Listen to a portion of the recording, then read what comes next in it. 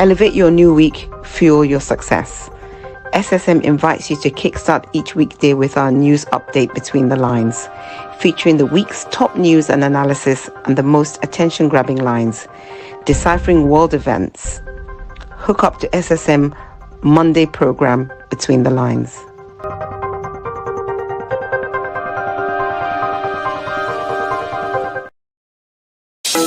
In a world where news flies around every minute, you need the ability to relate and connect with what matters and stay up to date.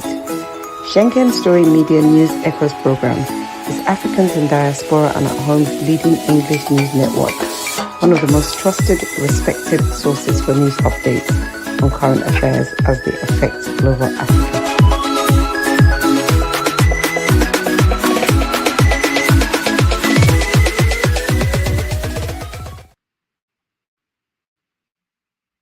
Yes, that's who we are.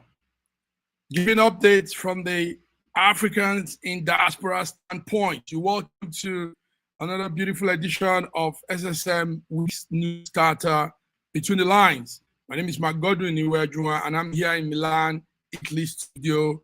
All the way from different corners are the great men, my wonderful brothers, gentlemen from different corners. Who are these gentlemen? Let's hear you. Who are these?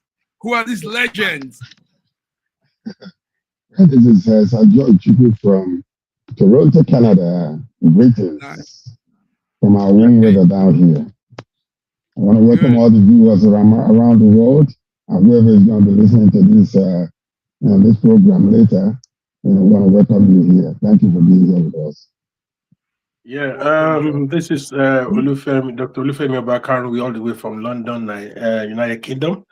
Mike, you're becoming a hype man now. I'm enjoying that part of you. Well, anyway, welcome all Nigerians, seas of the world all over. No, listen to this. The words legend are not really happening. It's true. You guys are, first of all, you're taking your time to be on this platform. That's one. Also, you intelligently bring viewpoints and news updates and all of that. So when I use the word legend, I really mean those words. If it looks like I'm hyping you, well, I'm sorry, but you guys are dynamic. No, thank you. I'm flattered. I'm sure that Sir George is in the same boat with me. I'm flattered. Don't be flattered. You're good. You're good at what you do. You're good at what you do, Dr. Femi. Yesterday was Women International Day. We can't begin the program without, even though we didn't do that yesterday, but we're here today. The world celebrated women all over, and Nigeria also wasn't exempted.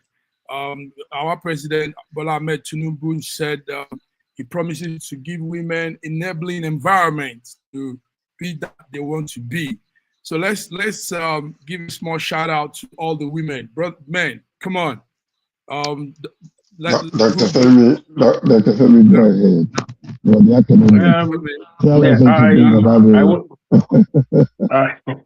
I want to use the opportunity to appreciate all the women in our lives. My wife, my mother, my sisters, all over the world. My sisters, my junior sisters, my older sisters all over the world. All the women that made the world thick. Without you, the world would have been a very dull and uneventful place. So I want to use the opportunity to congratulate and also to appreciate you. To my darling wife, I use that opportunity to thank you for being there for me all the time. And my daughter also is going to be a woman. She's becoming a woman recently, very soon, because she's graduating this year. So I have lots of women around me all over the place, and that's why that's what's keeping me thick. Nice. Thick, eating those good food. Yes. All right, John. Well, I wish all women, happy Jordan, hear you. Can you hear me? Can you hear me now? Now we can hear you. Yeah. Yeah, I just want to wish all women. The volume from your end also is very low. Okay. Okay, maybe I need to put my mouth close to the mic. Can you hear me now? Yeah, I can hear you. Yes, we can hear you now. Okay. Thank you. Go ahead. Yes, I want to wish all, a happy International Women's Day. It was a great one indeed. I'm quite sure that a lot of women were celebrated in their families. So I want to wish all women, happy International Women's Day. Without you, we are nothing. Because without you, we're not going to be here. So we honor you and we love you and thank you for being who you are. Continue to bring fun to the world and light all over the world. Your beauties are something else. Happy International Women's Day. Happy International George. Beautiful words there. Gentlemen, also there's a category of women that this time mainly Africans don't look at. And these are the people Nigerians call them PWD, people with disability. Now there are a lot of women under that group. You have women that were born with those disabilities and some that came as a result of situation, accidents or whatever, even abuses from their husband. So what we did yesterday, I was looking at the studio could play that, but the studio didn't bring that up. What we did yesterday was to also get a collection of those women, those group of women. So we want to say also to those group, you're special, you're a woman regardless of whatever disability. And the earth really applaud and appreciate people like that. I mean, with female gender. So that's mine to the program, the International Women's Day yesterday. Yes, gentlemen, now let's go into all the news. Dr. Femi, we had our Vice President Shetima saying that the government will not be cowed by insurgent attacks. And of the truth, we've been having some real hard ones recently. Yes, but it is one thing to say words, it's another thing to put to action. So for me, is the federal government putting into action curbing this insurgency because it's growing every day, more attacks. Go ahead, Dr. Femi. I hope you can hear me. Yeah, I can hear you. I want to this to a large extent, as in is increasing daily. Yeah, it's not increasing daily. It is. Listen, insurgency is there. Nobody, the federal government has not denied that there is insurgency, there is terrorism. The federal government has not disputed that. What they're doing, you can see what they're doing is attacking and running away, attacking as a soft target, kidnapping villages that are remote villages, kidnapping people and then running away, attacking people and just disappearing into the darkness. That's what they're doing now. In the past, you can say in the past, yeah, there were skirmishes there in the past. But in the past, remember they had local governments where they have forced their laws, where they have taken over local government. 14 local government in Nigeria were under this. But they say it's increasing daily. It's not a fair comment. It is not. No. There is terrorism. It is unfair. During the weekend, Dr. Femi, during the weekend, you heard of the Borno case, the Borno State. Borno State had one of the worst insurgency lately. Now, we were just talking about Borno. This is coming from the ones we had in Kiama. Is it Kiama? The one we had also in Catholic Church, one Kwazu. And Benue also, 10 that were killed in Benue. And we keep waking up every day. Like I said, we want to say good things about our country, but you can't hide from this reality that is also happening. So the world increasing every day. Nobody is hiding from this.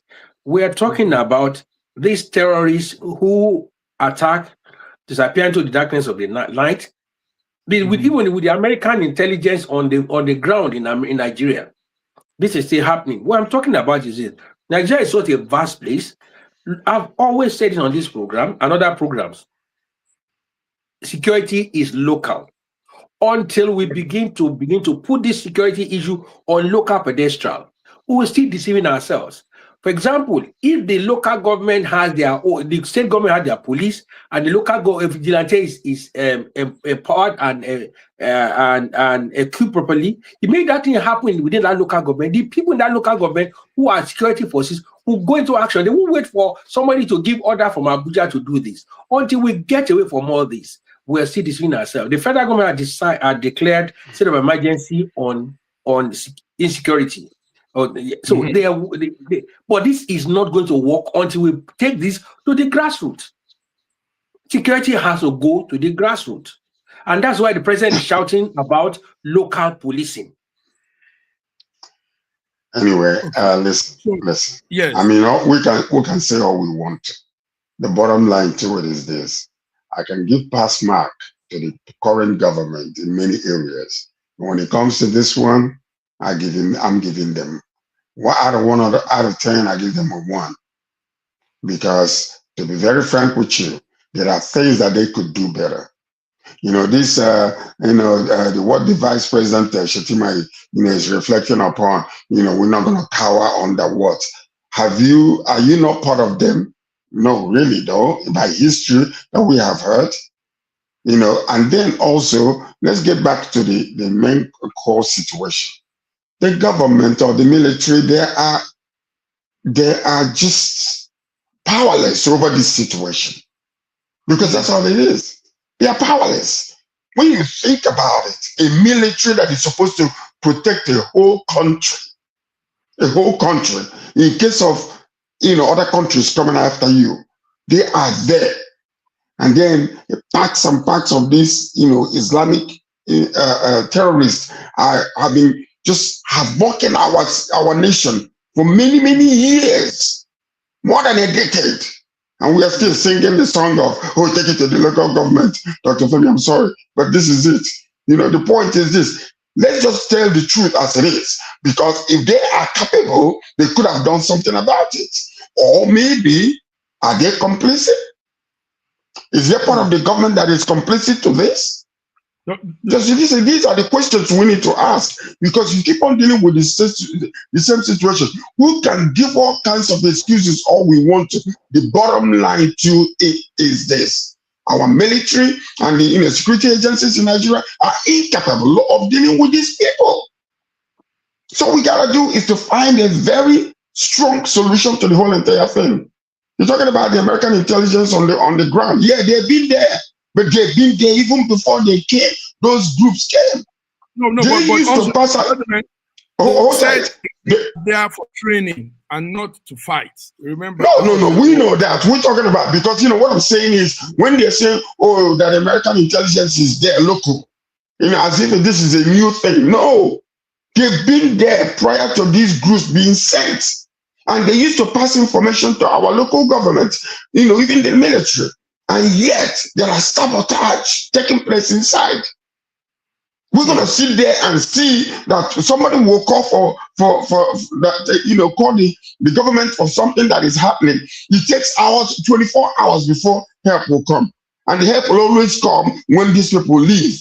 And don't forget that these people, they are not carrying wagons or cars. They are leading these people into the bushes on leg. So even if it's 15 minutes or 20 minutes or 30 minutes or 2 hours or 3 hours, they are still somewhere in the bushes walking. Yes, George. So we need to deal with this whole situation like what it is and what it has been. The bottom line to it, let's say the truth as it is, our military system and the whole entire security agency are incapable, and the government is incapable. So let's get the help we need from outside if we have to. The help you get from outside will not solve any problem until you make it local. Let me tell you something. We cannot sit in our bedroom and begin to run the military down. Do you know that the military suffered casualties recently? Let me tell you one of the things you will fail to understand. In the past, the government of Buhari, immediately they came into office, they went as far as anybody that looks like a terrorist in the north were being killed. You know what happened? it was encouraging insurgency. Why? Because if your brother, your sister has been killed, the insurgent will come and tell you, yeah, they've killed your brother, the military has killed your brother or sister, come and join us. So it was fueling insurgency. So it had to stop. Even Amnesty International complained that the military were doing extrajudicial killing. And therefore, a lot of them were blacklisted. And therefore, the military had to stop that method. The issue is this: it's beyond we are saying. Oh, you are talking as if the terrorists are on one side, the military are on one side. Let's attack each other. No, when they attack, they disappear among the people. They go among the people. Nigeria is too vast for the thing we are talking about. 15-30 minutes. Do you know that there's a travel? There's a local government in Abuja, 3 hours from Abuja municipality. 3 hours within Abuja. 3 hours within Abuja. And we are talking about, you just said, when there's an attack somewhere in a bush, in a village in Ajuara, which is about 4 hours from Maiduguri, and you except somebody, so military intelligence will be there in 15 minutes, it doesn't work like that. But if it is local, if the security is local, if that local government has its own security network, it will effectively, if they now need help from the central army, it will now come. But immediate response will be for that local government. That's what we are talking about. When we go sit here and run the meeting down, that is what the insurgents want. Dr. Femi, you are really shooting yourself on the foot. Oh, you're shooting yourself on the foot again. Okay, now listen to this. You're saying, oh, security is local, security is local. But you are also saying that these people will come and kidnap and mingle into the community. So how are you going to be able to detect who is who then, if that is the case? If you say security is local.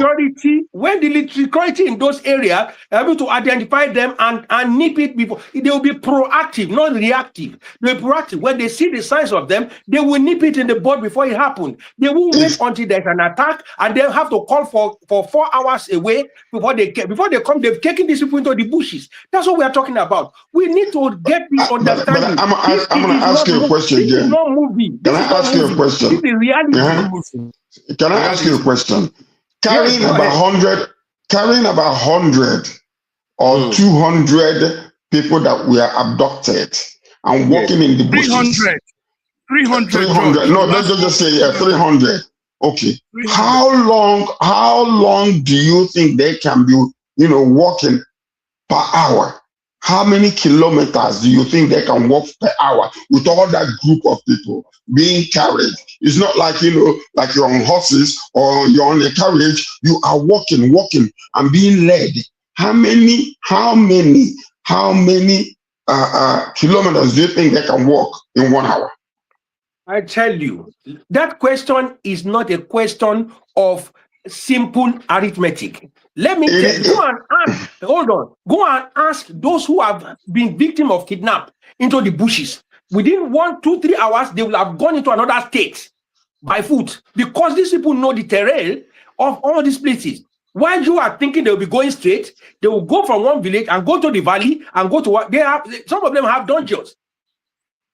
We are talking about people who are evil. You are talking as if you are talking about walking on the street of Lagos. They are not. We are talking about the bushes, and these terrains are so dangerous. When you go into them, they will finish you easily. Added to this security issue, the Israel ambassador to Nigeria, Michael Freeman, we all follow him most times, has warned that Iran is actively spreading terrorism in Nigeria and that's no news. They are backing them, George. And he said there's a link between both of these extreme group and Tehran, that's Iran. So when we have a situation like this, that means that it is well orchestrated. It's not small. It's not well organized. It's really organized. So if that is the case, let's just say, for the sake of the news, that is the case. Okay. If that is the case, then what solution can you confer? Because every situation wants to have a solution.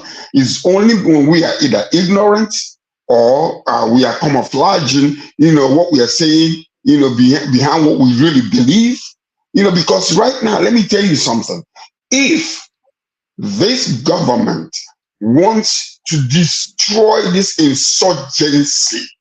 We could have seen thousands in jail already, because why is it that hundreds are being released and you don't show us what did you do, how did you negotiate, what did you pay? They will not tell you, but they negotiate and pay and then release these kids. Why is it then, if these people are being brought back by force, where are the militants?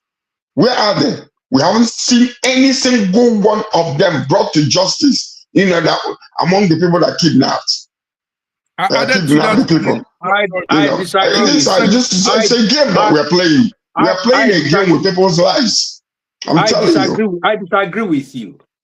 Now, I disagree with you. This is not when we talk about insecurity and security matter, it's not something you want to go and start doing show on television.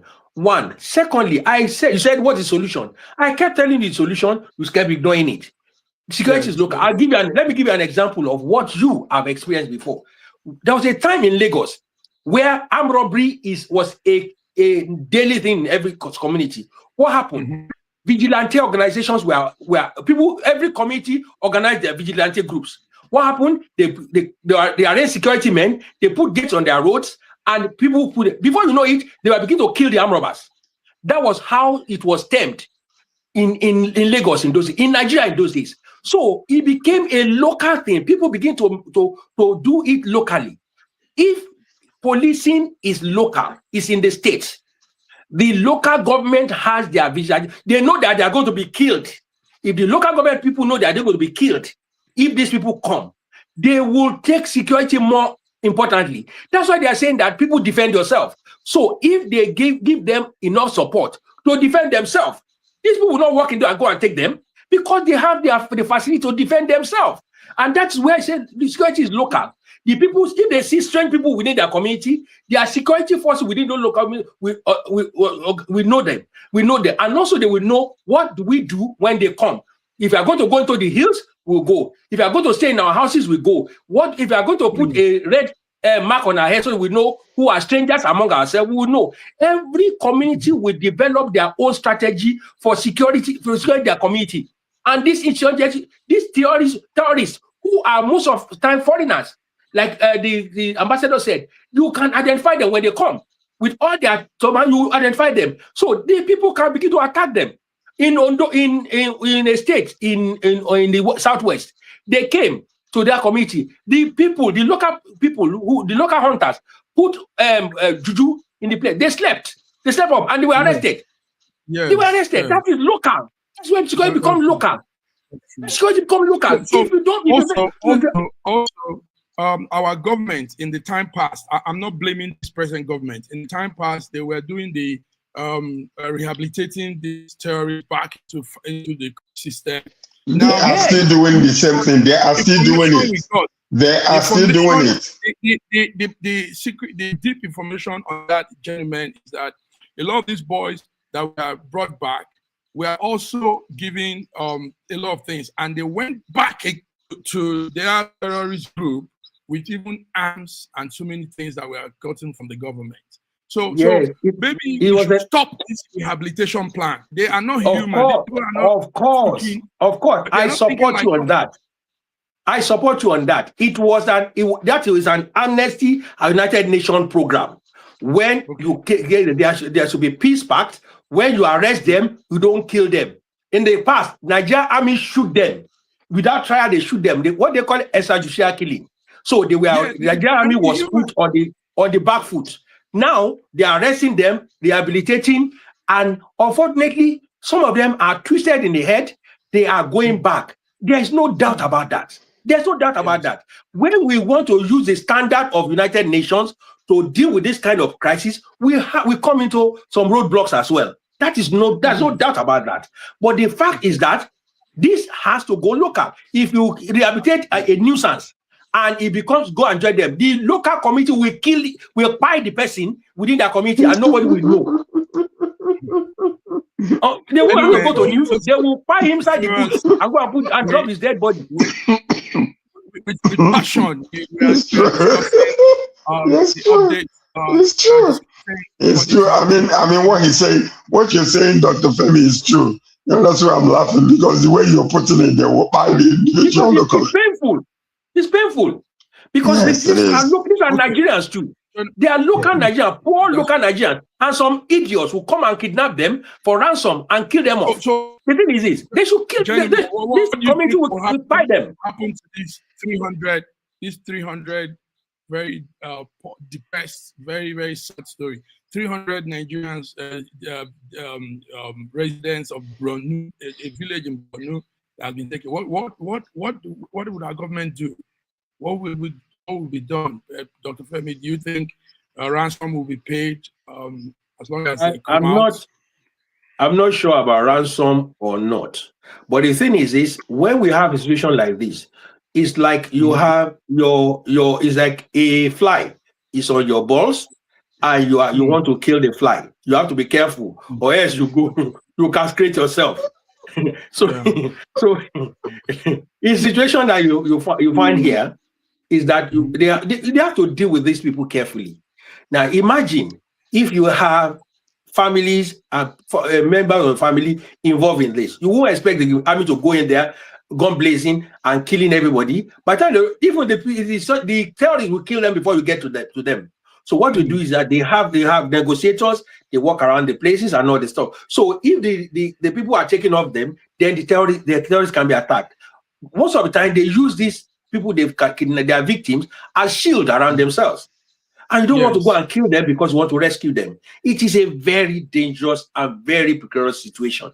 It is not it's not a movie. It is worrisome. It is heartbreaking, heart-wrenching.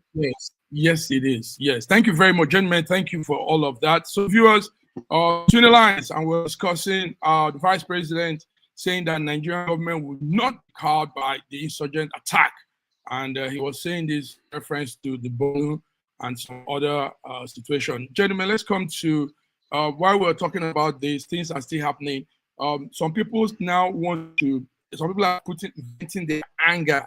They are venting their anger on innocent northerners that lives with them. You know, Nigeria is spread across. We've been united though until this time. So in Auchi, there are northerners that have been living there for years, decades now. Now they are being attacked. People are saying it is their people that are kidnapping. You know, I think that also happens sometime in Southeast. People are now looking to this innocent, Southwest too. Yes, innocent people that are not kidnappers, but they are now being ambushed, being attacked. George, should we spread our anger on every Hausa man, every Fulani we see, all because some people are doing this in the other side? It's not supposed to be that way. Nigeria is a nation, and the nation constitutionally, everybody, you have the right of residence, you have the right of migration within Nigeria. You can dwell any place you want to. You know, you can move to any village, any place you want to, as long as you are dwelling there lawfully or renting a place or whatever the case might be. Nobody should deter you from doing that, according to our constitution. We have seen this, happen. What you see in Auchi right now has happened in the past in many areas, because what they are believing is that the same way that these people are being displaced in the middle belt of Nigeria, what they are believing is that these people are systematically, coming in by stealth to dwell in certain areas in the intent of eventually taking over the place. So this is what is happening, and you see these people talking about it. The residents of Auchi talking about it, that these people want to come and invade our place eventually because their population might increase to the point where our own becomes the minority. And that's what they were crying about. So, but we need to have to bring a balance to the whole entire thing. The law ought to take place right here, whereby this thing can be resolved amicably, and to let the people know that this is the way the constitution is, and it must be obeyed. Everybody have a right of residence, number one, and also you have a right of migration within any part of Nigeria. You can live there lawfully. Let's say, what about if that's the plan too, Dr. Femi? They are coming to live with other tribes, ethnic group for a motive. What about that? Yeah, there may be a couple of that, but also note that these people are also victims of this terrorism. That's why you have millions living in IDP camp.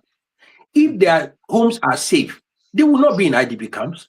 That's why some of them, those who are able and agile, are leaving those areas. They've been in IDP camp for a while, and they realize that there's no life in there.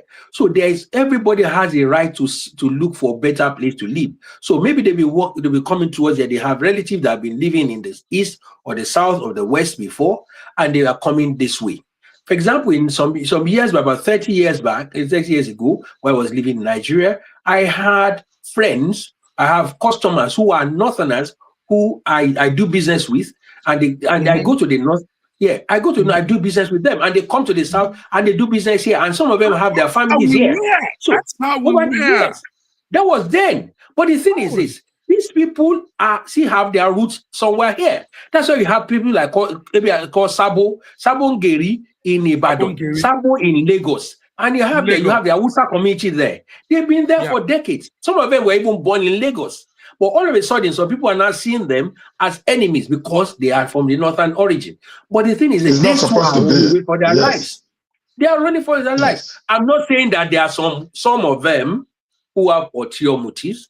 Some of them have. I'm not going to dispute that. And some, because of the life they've lived, because of the experience they've had, they've experienced in their life, they are ruthless. So even when you put them amongst people, they begin to misbehave. For example, some of them are riding by Okada in some part of Nigeria. Some ordinary discussion, they bring out a knife. And that kind of thing, people from the other parts who will discuss and argue with their mouth and fight with their mouth, they see you dragging the knife. They see you as a terrorist. So they begin to see them from different light. We've gone so far deep with this security issue, but we really look forward to something settling this once and for all. Let's go further to other issues. We're still in Nigeria. There's the activist man called Showore. You all know him. He's gathering wives of detained officers, and they are protesting, and he's going to the third day now. They allege that the coup quarters in that last coup that had just been detained unnecessarily. They say let them take them to court and charge them and look for evidence. And if they can't find any, let them be set free. So their wives and their children are all protesting. Gentlemen, it was really a coup. And where are the evidence, Dr. Femi? Was there, I mean, read my lips. Showore is a nuisance. Showore is a nuisance. I say it again. Showore is a nuisance. There is insecurity. They said there's a coup. You are not a military man. There's a coup. Anybody that goes through that route in the military knows the implication of it. For you to, Showore should be arrested and jailed with them. For him to be fighting on their behalf. He's not a lawyer. Activism does not go to military coup. Activism does not go into military coup. That boy is going out of his bounds. He will just grab on anything for attention. Coup is a military business. Anybody that has gone through that route, through the Nigerian army, should go and demonstrate within the Nigerian barracks, not to the Nigerian public. It is a military business. If they have shot themselves into office, they will be called Mr. President. They will be called the wife of the governor, wife of the commander. That's what they will be called. If their husband has been committed an offense, let the military go and deal with that. We are not interested. Showore should mind his business. If our idea says, I will put Showore in jail and join them. Put Showore in jail. The point is this. The point is this. Constitutionally, I don't care whether it's coup or not, or whether the martial law or civil law or criminal law. The point is this. You can't just indiscriminately and just ignore, you arrest people, you're charging them for something, but there is nothing happening right there. They're just sitting there. They don't connect with their loved ones, their children, to come and see them, and then you just lock them up, and nothing is happening. And the government is not releasing any information whatsoever, either to the lawyers or to anybody about these people, whether they are investigating or not. They ought to let the public know. at least the families of these individuals that are already arrested, you have to remember they are innocent until proven guilty. So even whether it's by martial law or by civil law or by criminal law, but the point about it is this: you can't just lock them up for the past 3 or 4 months and just don't stay 5 months and nothing is being said. Let them go to court. You don't listen to me. Listen, you can't. Listen. The law rules here. Do you understand? Constitution is the final foundation upon which we are existing right here. So what we are saying is, you arrest them, let the public know what is going on with them, because you're charging them with treason. This is a treasonable offense. So why can't you just, allow the law to take place? Why are you going to lock them up and just leave them there? The families are not contacted. Nothing. No. This is not martial law. This is not martial law. There's no martial law here. This is just unlawful detention. That's what it is. You don't have unlawful, constitutionally unlawful. You don't hold somebody up without telling the person what he has done. You don't just catch somebody and keep him down years, weeks, months, and it's time to keep moving. You're not telling the person, listen, this is what I'm charging you about, or whatever, giving them opportunity to get a lawyer or whatever. This is not a military. This is not a military government. It's not supposed to be there. They ought to be the ones to obey the law more before anybody else, because they are the executioners of the law. So when they are violating the law, what do you expect the common man to do? That's why Sowore can, authoritatively take these women to go over there and protest, because you are violating their constitutional human rights.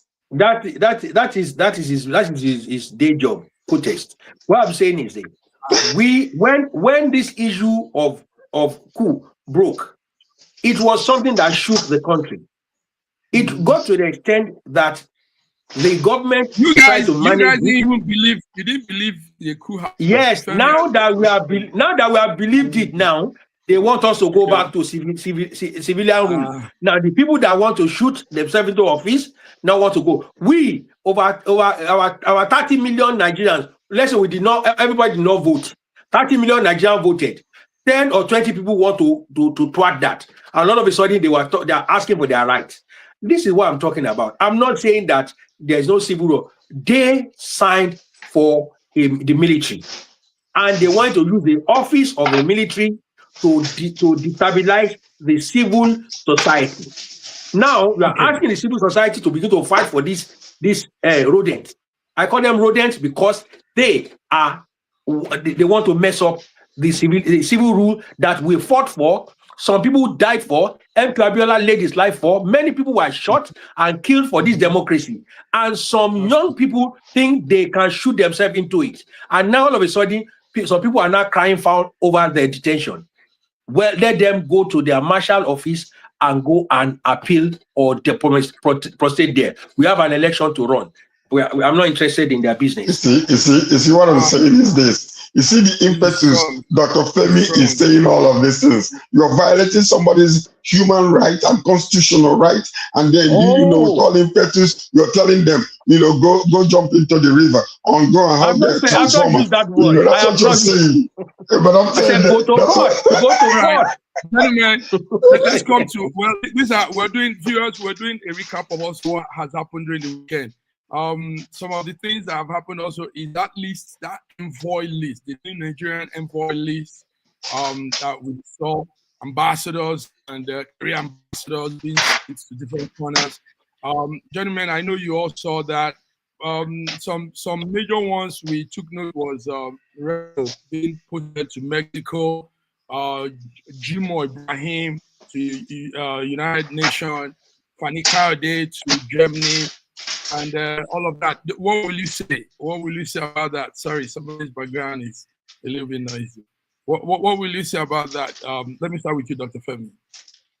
I assume that they should have. You should be on their way to their post to take over the offices, and then we can put that to rest, and they can begin to do their duties in those nations. representing the Federal Republic of Nigeria.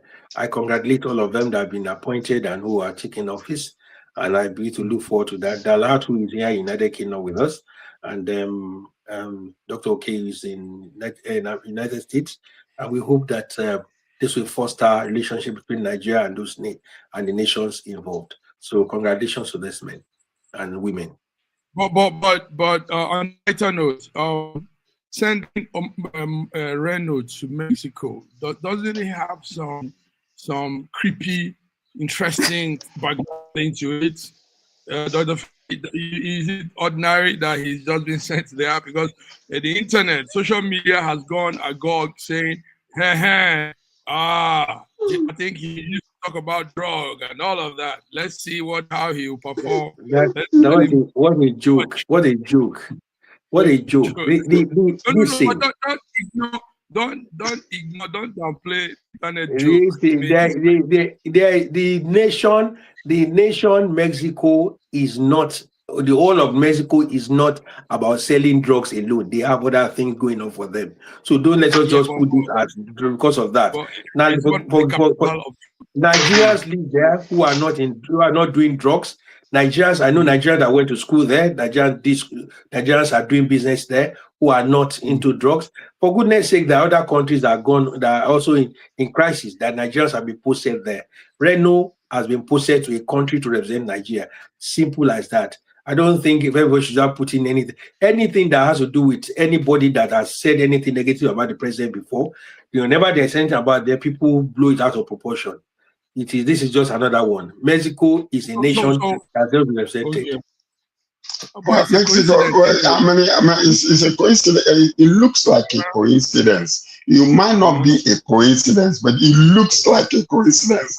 But yet, on top of the whole entire thing, what we're saying is this: Reno Omokri, if the president had sent him to Russia, then we still have something to say.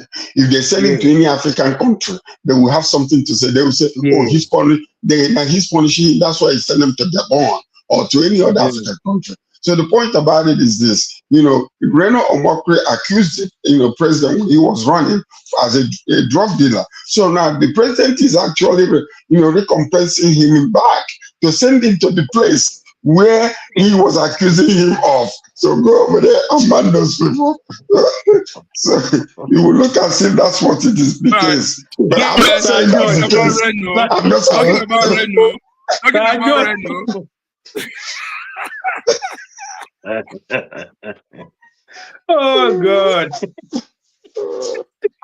But truly, the coincidence, the whole thing is so crazy.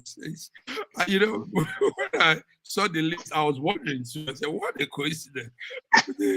Okay, another coincidence is well, it's not that like that anyway. It's different than it all together. But we had what happened during the weekend. You all saw that. Daniel Bawale, the APC spokesman, not putting us on spot. Voila. Yeah, whatever his name is. But he didn't play us well, because what he did there was also putting the whole Nigeria in a very bad light. George, let me start with you. Shouldn't our people be prepared and be ready to follow? Even if there are accusations against him, he could have maneuvered with words. And, this is how I thought in those days. This is my feeling, but now I'm not in that view. I mean, that would have been better just saying no, and the whole thing was coming to his face like that. Right. The point was this: he first started admiring the man because he loved the man. He watches his shows. He knew how this man used to operate. So, and it was given 6 months was given to him for preparation. Okay. So this man just, I'm sorry, but it's almost like like bringing an elephant and a little goat to fight. That's what it looked like. So this guy, Daniel Buala, was ambushed and destroyed. Unfortunately, he was publicly disgraced and messed up. But behind all of that, I mean, it would have been a more noble thing for him to have said, yes, indeed, I said that before. I was in opposition and I was being fed, negative things about the president. And as a representative speaker, I have to say those things. Do you understand? He could have done that rather than just denying, oh, I didn't say it. Oh, no, I didn't say that. Oh, when did, those type of things. He was on defensive from the very beginning to the end. He could have taken over if he knew the kind of man that was, and he knew. He admired him. He admired his book, how to win an argument. So he knew everything about this man, but he did not take advantage of it.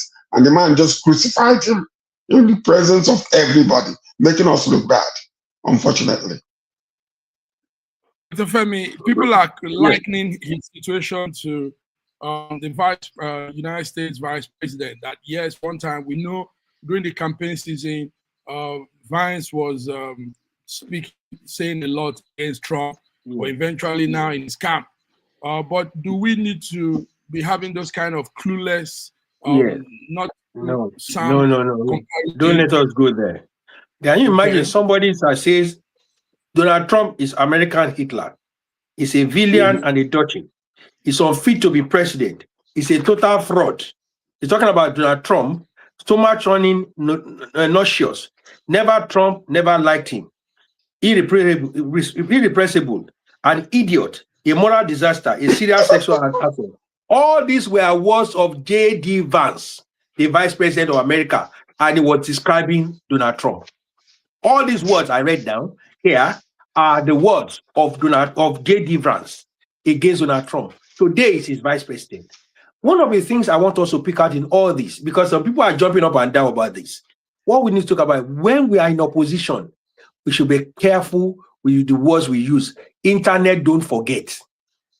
Internet, don't forget. The kind of words we use when we are in opposition. So when they come back to hunt us, we turn around. Listen, this, and the side I will see this is very different from any other thing. Boala is not the first one. He's not the only one. Reno is another one. Femi Fanikawa is another one. One other one nobody is talking about is Bosun Tijani. Bosun Tijani is the Minister for Technology today. Is it technology or IT? The guy is doing a fantastic job. He's a young guy. He was digital technology is anti-Tinubu to the end. But what happened? President Bola Ahmed Tinubu don't see you as opposition. He sees the value in you for a better Nigeria. He doesn't say you can abuse him for whatever. If you see something good to use that will benefit Nigeria about you, he will bring you to on board. That's what he said. That's what he did. And is that the reason? Yes. Okay. You are breaking up. 10% of the, is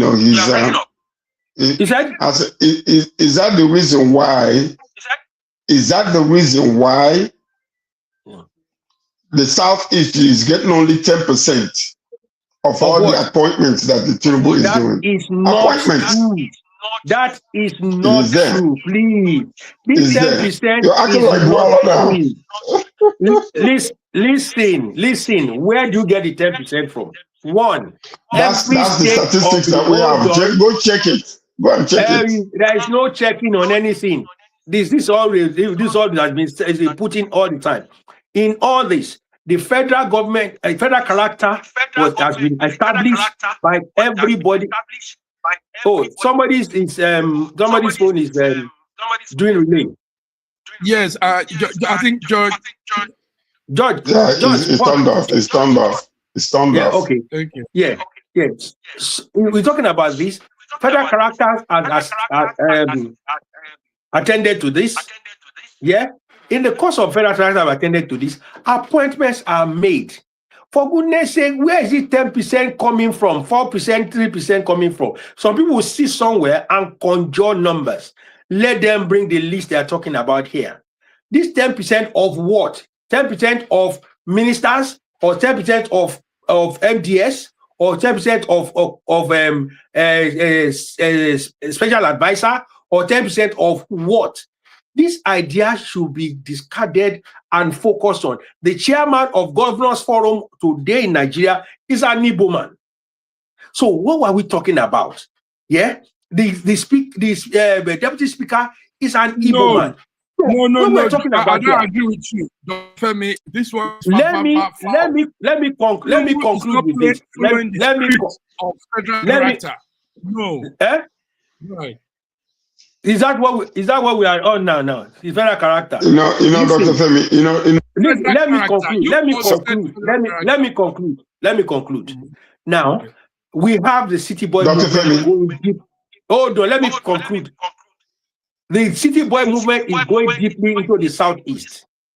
The southeast did not vote for the APC.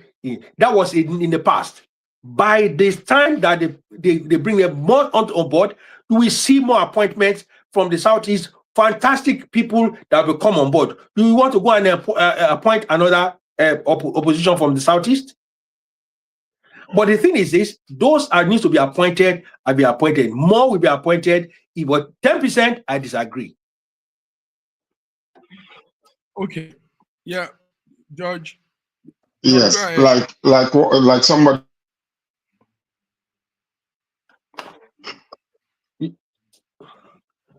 You're muted.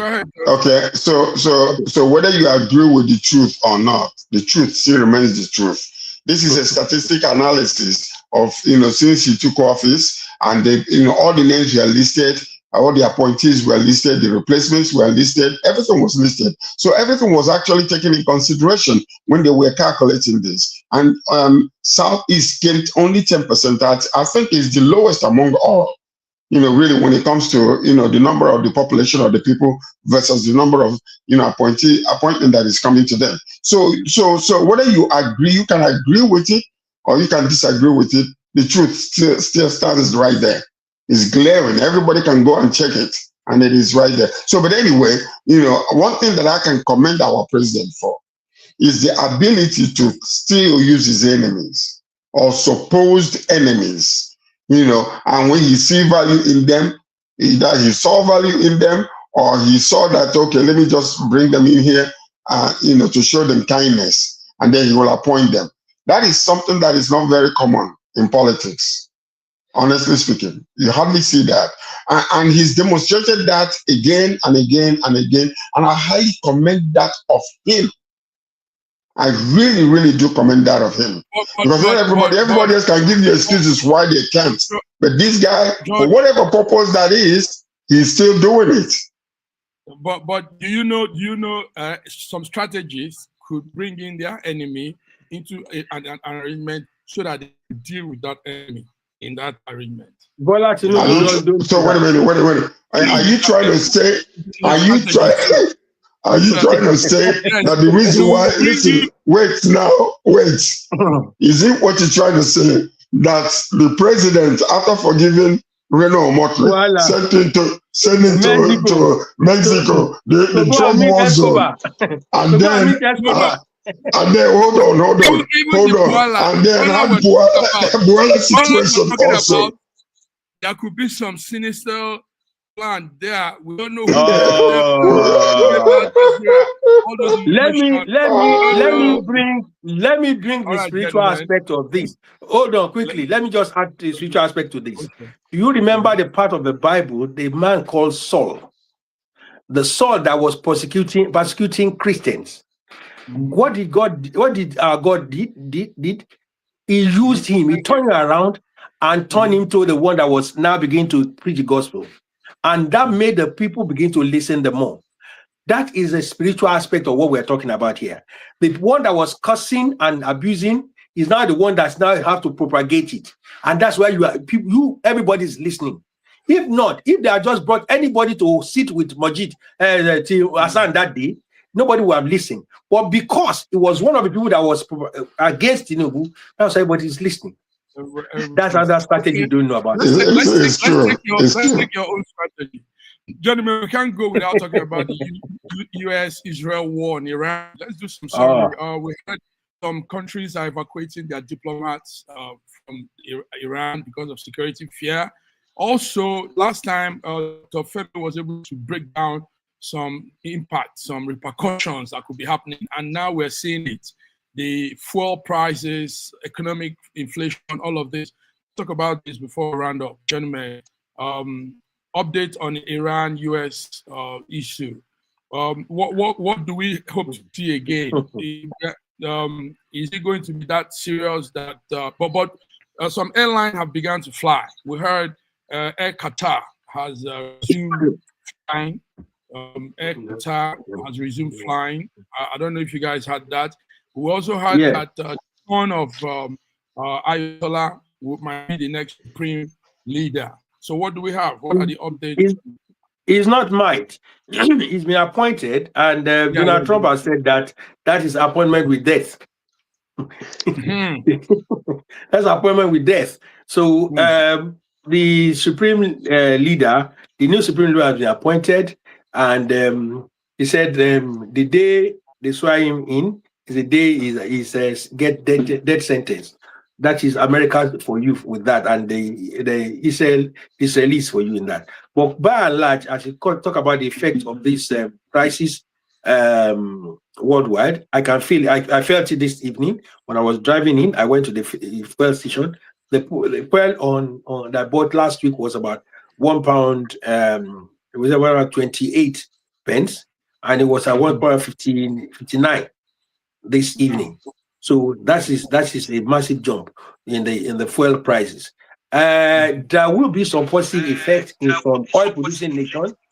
But like Nigeria, the barrel has gone from $78 per barrel to 116 this morning. When I monitored the news, it's gone to 116 per barrel in the international market. There will be windfall. There may be windfall for fuel prices. Fuel international oil. But the implication is we don't know when this is going to start and how far it's going to go. We don't know when it's going to stop and how far it's going to go. But also, if some airlines could have resumed flying, does that not mean movements will also open up, activities will come back to normalcy?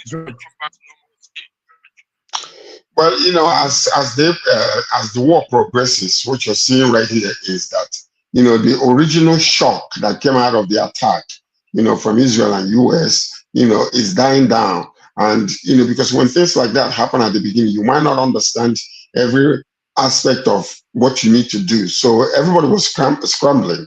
But what we're seeing is that the intensification between the missiles that are being sent from Iran, the drones and everything, and then the retaliation from US and Israel. So this thing is really, it's a dangerous phase in the Middle East geopolitical zone. So, and the ramification of this is us today, as you see it, because as they continue the fighting, there are so many things that used to have easy passage through the Iranian waters that they're not happening anymore. And that's the reason why the fuel prices are rising. And then also some of the warfare, that is taking place there are hitting some of the refineries.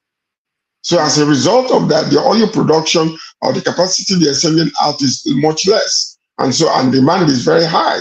So they're trying to actually think about, using the reserves until things calm down. Because like you all said, we don't know how long this war is going to last.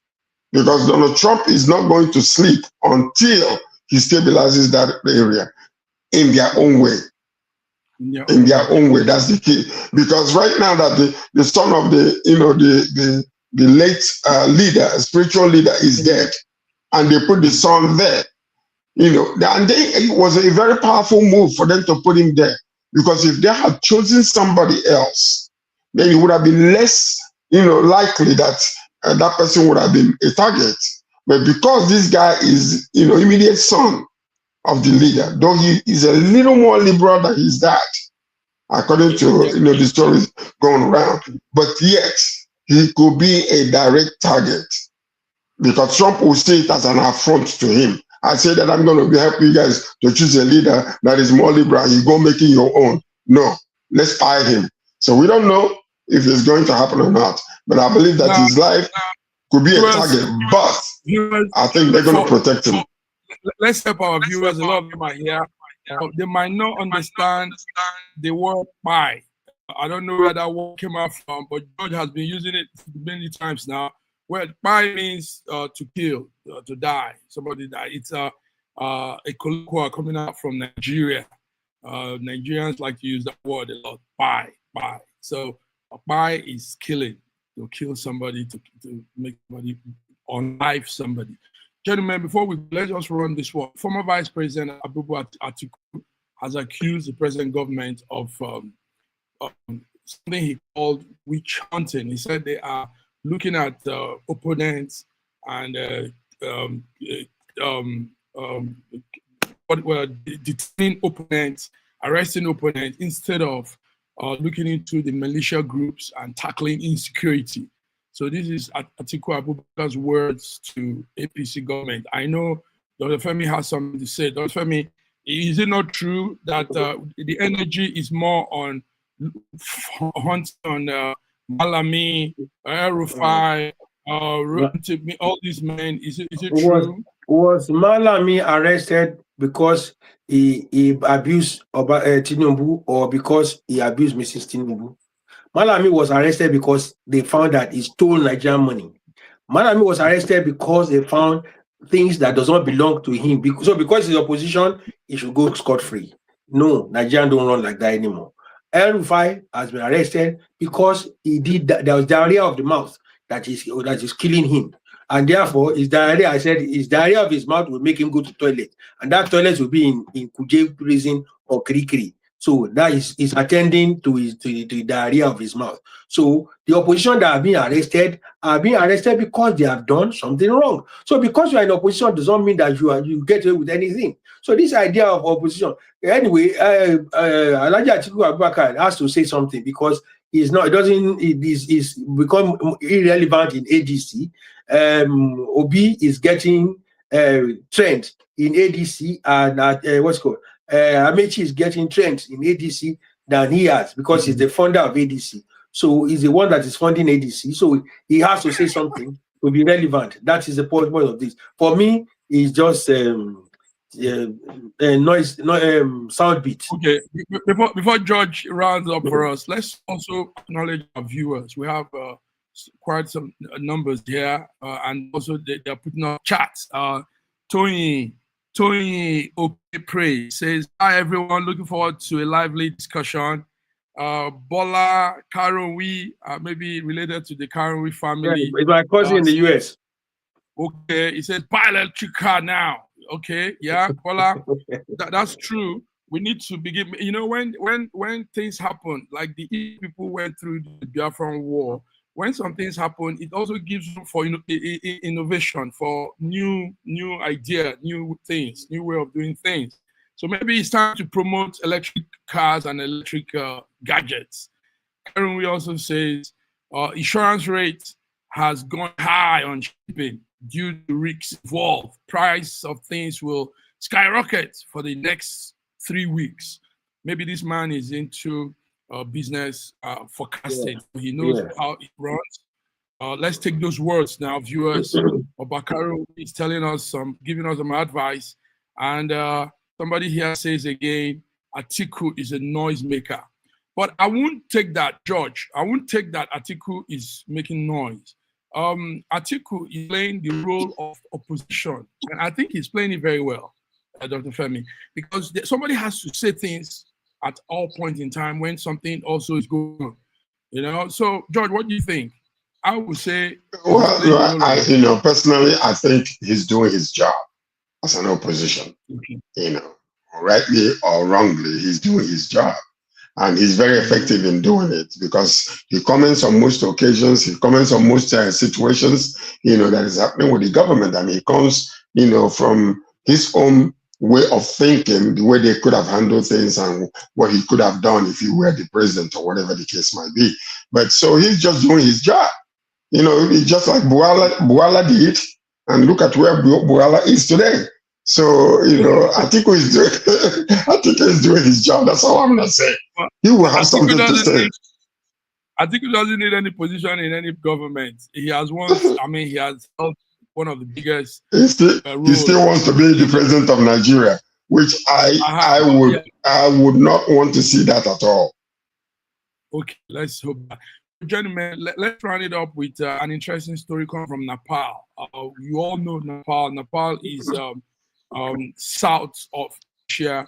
Nepal is going to election. They are going to the polls very soon. And a young man that used to be a rapper, a hip-hop artist from Nepal, he looks like he's winning the people's choice, the people's vote. He's coming very strong on a lot of engagement with the people, and the people look like they might take it. So that's his name is Balendra Shit. Balendra Shit is on track to be the next Prime Minister of Nepal, as his party looks like they are making some landslide with all the watch out for the video in the future. Okay. Okay. So we'll have rappers, musicians coming into politics. That's nice. Maybe some change too. All right, gentlemen, thank you very much. We've been here. It's gone past the hour, but beautiful engagement, nice, intelligent talking, George and Dr. Femi. What do you guys have to say before we go?